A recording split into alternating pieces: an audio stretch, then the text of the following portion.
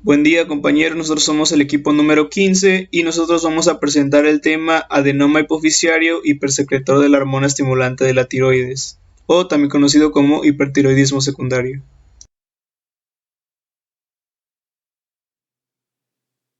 La definición es un adenoma hipoficiario funcionante poco frecuente, caracterizado por la presencia de una masa hipoficiaria asociada a niveles elevados de hormonas tiroideas libres circulantes, junto con niveles de TSH que varían de normales a elevados y en ausencia de respuesta de la TSH a la prueba de estimulación como la terapia de reemplazo hormonal y a la prueba de supresión de la triiodotironina. También puede presentarse en pacientes con adenomas funcionantes y no funcionantes de la hipófisis. En 30% o más de las quienes padecen macroadenomas se observan alguna deficiencia hormonal, sobre todo de la hormona del crecimiento.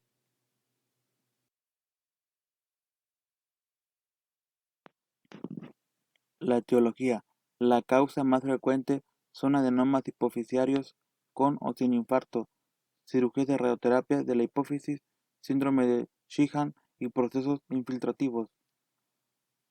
Una de las causas son los tumores hipoficiarios primarios, metastásicos, las mamas, entre otros. Los tumores hipotalámicos, craneofaringiomas, meningiomas, gliomas, amartomas. En las infecciones son la tuberculosis, sífilis, meningitis y malaria. En las vasculares es el infarto del posparto, infarto de un tumor hipoficiario, vasculitis, aneurisma de la carótida interna y trombosis del seno cavernoso, arteriosclerosis. En las enfermedades infiltrativas es hemocromatosis, histiocytosis y por último son los diatrógenos, que son los glucocorticoides exógenos y radioterapias.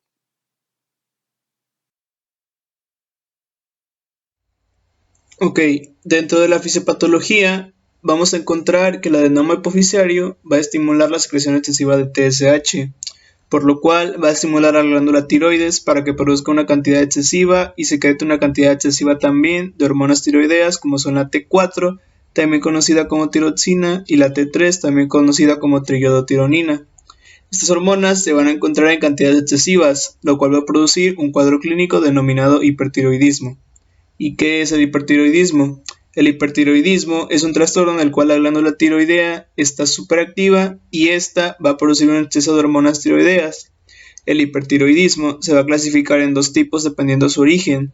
Se clasifica en hipertiroidismo primario, que su origen es en la glándula tiroides, y el hipertiroidismo secundario, el cual se va a originar en la hipófisis.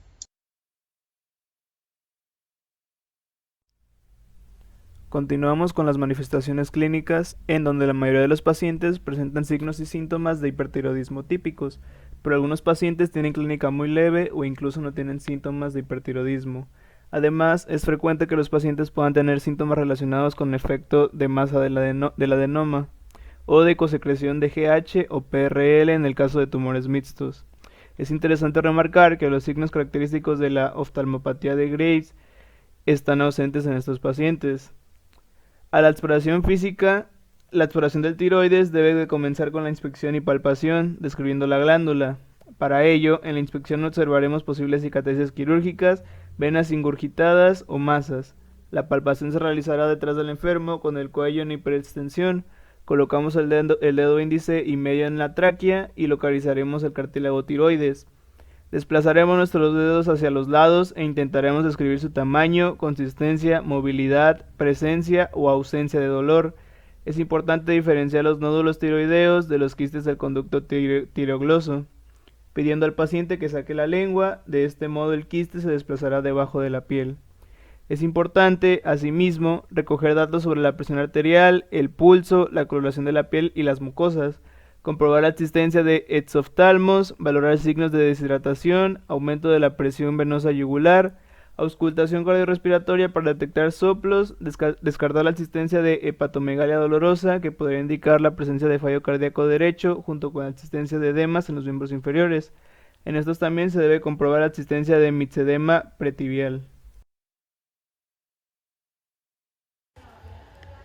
El diagnóstico comienza a través de la anamnesis. Siempre hay que preguntar al paciente por antecedentes familiares de enfermedad tiroidea, exposición a dosis elevadas de yodo, algunos desinfectantes como la povidona yodada o expectorantes, amiodarona, medios de contraste radiológicos, antecedentes de tratamiento de enfermedades tiroideas o preparados para bajar de peso que contengan hormonas tiroideas, tirotoxicosis facticia y enfermedades autoinmunes de otros órganos. En caso de sospechar hipertiroidismo, evaluar el tamaño de la glándula y de los niveles de TSH y de FT4. Si la glándula presenta nódulos palpables o detectados mediante ecografía, estos deben de ser estudiados mediante la PAF. Si tienen elementos ecográficos sospechosos de malignidad. La determinación de anticuerpos antitiroideos permite diferenciar con gran certeza las glándulas de hipertiroidismo autoinmunes de las no autoinmunes. Los niveles séricos de TSH son el indicador más sensible de la acción de las HT. Sus niveles están bajos en el hipertiroidismo primario, tanto clínico como subclínicos, y elevados en los raros casos de hipertiroidismo secundario. Los niveles séricos de FT4 y T3 elevados en el hipertiroidismo clínico, sobre todo el FT4 o T3 y el FT4, rara vez T3, de forma aislada. Son normales en el hipertiroidismo subclínico con frecuencia en valores cercanos al límite superior de normalidad. En las pruebas de imagen tenemos la ecografía tiroidea. Esta nos va a ayudar para la determinación del volumen tiroideo y diagnóstico del bocio, para la detección de lesiones focales tiroideas y nos va a ayudar a la selección del lugar para la biopsia y para la verificación de la posición de la aguja durante la PAF. Otra de las pruebas de imagen es la captación de yodo.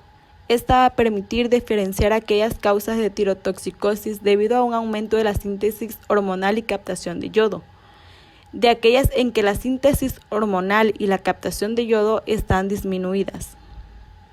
Para esto, se va a preparar al paciente para el examen. De este modo, el paciente va a suspender los fármacos antitiroideos 5 días antes del examen y la administración de LT4, si es que el paciente la ingiere debido al bocio, 3 semanas antes, y preguntar sobre el uso de otros fármacos que contengan yodo o el uso previo de medios de contraste, ya que estos disminuyen la captación de yodo. La estrategia terapéutica inicial consiste en eliminar o disminuir el volumen de la masa tumoral por medios quirúrgicos. Se utiliza la vía de acceso microquirúrgica transesfenoidal.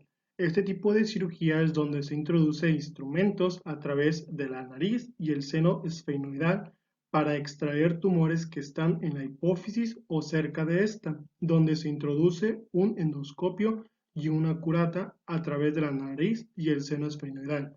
No siempre se logra la resección total, dado que muchos adenomas son grandes y presentan evasión local. También se puede utilizar la ablación de la tiroides o fármacos antitiroideos, como el metimazol. Los análogos de somatostatina suprimen de forma importante la TSH, por lo que la hipotiroidismo bioquímico suele obligar a la situación concomitante de hormona tiroidea, lo cual puede controlar también la proliferación tumoral. Se ocupa la neotodina suprimida, la secreción de TSH en hombres normales como en pacientes portadores, en dosis de 30 miligramos por una vía intramuscular cada 10 días. Si es posible controlar el crecimiento del tumor o la hipersecreción de TSH por la intervención quirúrgica y análogos de somatostatina, el siguiente paso es la radiación de la hipófisis. El pronóstico: no siempre se logra la resección total. Cerca del 66% de los pacientes se detecta concentraciones de hormona tiroidea normales en sangre circulante después de la cirugía. Disminuye el volumen de la masa tumoral en 50% de los pacientes y amplía los campos visuales en 75% de los enfermos. En el siguiente caso clínico se presenta un hombre de 49 años, el cual fue derivado de neurocirugía con diagnóstico de masa celular. El paciente tenía antecedentes de infarto agudo de miocardio con colocación de 3 stents 3 años atrás. Manifestaba historia de astenia, pérdida de peso de 13 kilogramos, cefaleas ocasionales y disminución de la libido. Por presentar TSH elevada, su médico le prescribió tratamiento con levotiroxina, pero no experimentó ninguna mejoría. Le solicitó entonces una resonancia magnética nuclear que reveló un macroadenoma hipoficiario con extensión supracelular, diserción del tercer ventrículo e invasión de ambos senos cavernosos, como se puede observar en la figura número 5. Se encontraba el tratamiento con levotiroxina, carvedilol, ibabradina, clopidogrel, enalapril y aspirina. El examen físico fue normal. Cuando se revisaron los lavatorios tiroideos, se encontró que además de TSH alta, presentaba T4 elevada, por lo menos en 2 ocasiones, sin cambios a pesar de la terapia con levotiroxina. Se solicitó entonces una reevaluación con suspensión de la levotiroxina que mostró hipertiroidismo con TSH elevada, en donde se muestra una TSH de 14.5 unidades internacionales sobre mililitro, 14.8 microgramos sobre decilitro y 4.15 nanogramos sobre decilitro. Los ATPO y ATG fueron negativos. El resto de la función hipoficiaria reveló hipopituitarismo con hiperprolactinemia.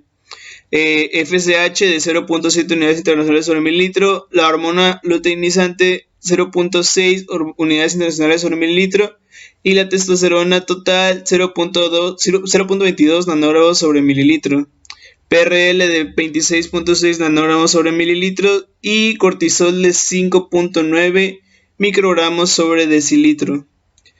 Con carga de glucosa basal 30-60, 90 minutos, 0.18, 0.17, 0.14 nanogramos sobre mililitros. El factor de crecimiento insulínico 100.1 nanogramos sobre mililitros y la ecografía tiroidea y el campo visual resultaron normales. Con el objetivo de preparación para neurocirugía se inició tratamiento con hidrocortisona 10.5 miligramos por día y octrótido LAR 30 miligramos intramuscular cada 28 días. El paciente no regresó a control.